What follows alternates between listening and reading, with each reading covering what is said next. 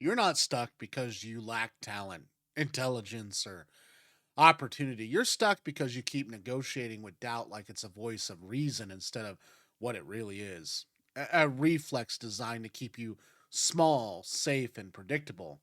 And the moment you recognize that doubt is not truth but a pattern, everything starts to change because patterns can be broken, replaced, and trained out of your behavior the same way they were trained into you in the first place. And the fastest way to start is to understand that confidence is not something you wait to feel. It's something you build through repeated evidence, meaning every time you hesitate, overthink, or back off, you're collecting proof that can't trust yourself. And every time you act despite uncertainty, you're collecting proof that you can. So the real game isn't eliminating the fear, it's choosing which evidence you're stocking or stacking today, because that's what determines how you show up tomorrow. And most people don't realize they're being unconsciously reinforcing doubt for years by avoiding discomfort, delaying decisions, and constantly seeking validation before taking action, which creates a loop where you never feel ready because you've trained yourself to only move when you feel certain. And certainty rarely comes before action. It comes first or comes after.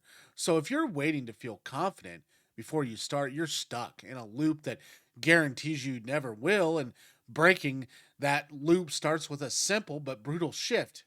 You stop asking, "What if I fail?" and start asking, "What happens if I never try?" Because the cost is of inaction compounds quietly. It doesn't feel dramatic in the moment, but it builds into regret, lost opportunities, and a version of your life that's far smaller than it could have been. And the truth is, doubt thrives in hesitation. It grows stronger, and the longer you sit with it. So speed becomes your advantage, not reckless speed, though, okay? But decisive movement when you reduce the time between thinking and doing, because the longer you wait, the more your brain fills in the worst case scenarios that feel real, but are completely imagined. And once you understand that, your brain is wired to prioritize safety over growth. And you stop treating every fearful thought like a warning and start seeing it as a noise that needs to be filtered. And one of the most effective ways to filter that noise is to limit the number of decisions you debate internally, because indecisions, it drains your confidence faster than failure ever will. And failure at least gives you data and it shows you what works and what doesn't and what to adjust. But indecision gives you nothing expect more doubt, more hesitation, and more time wasted thinking instead of building. And if you look at people who appear confident, they're not fearless.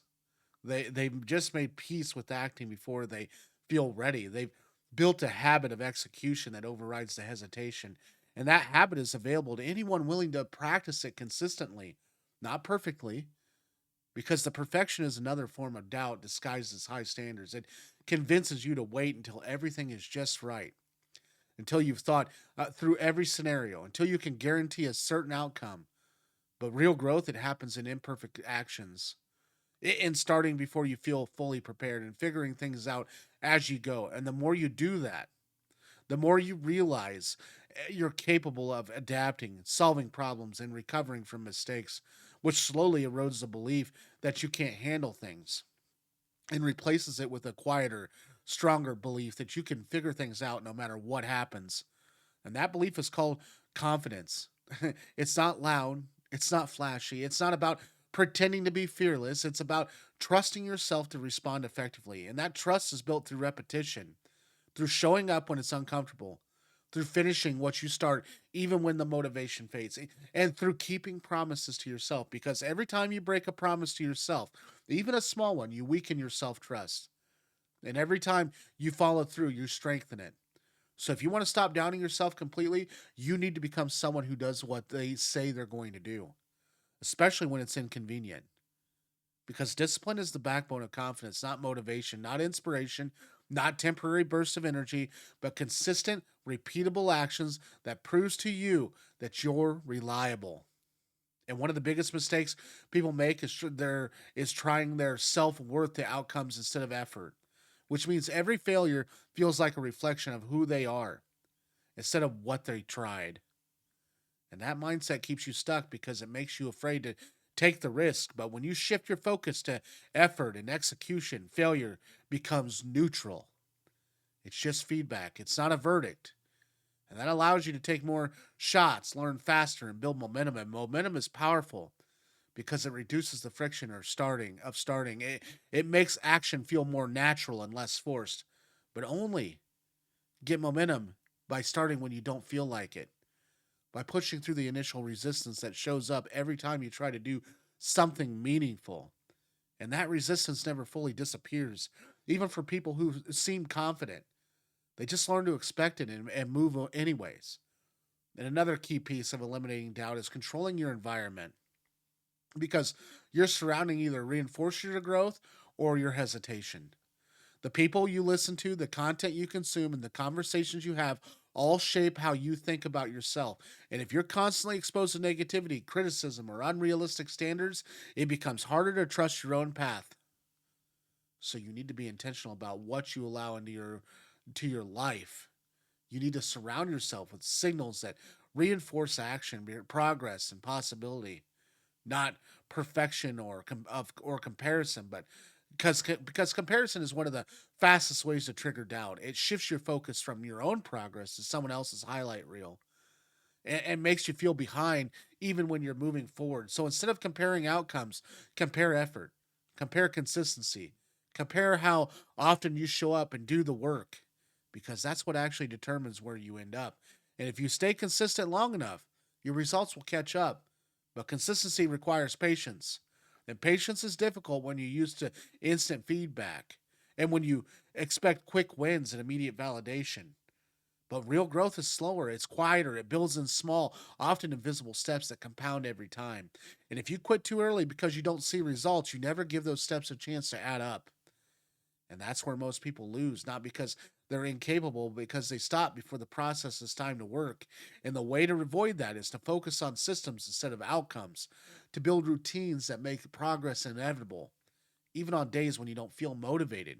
Because when your actions are pre tied to a system instead of a feeling, you remove the decision making process that doubts that feeds on.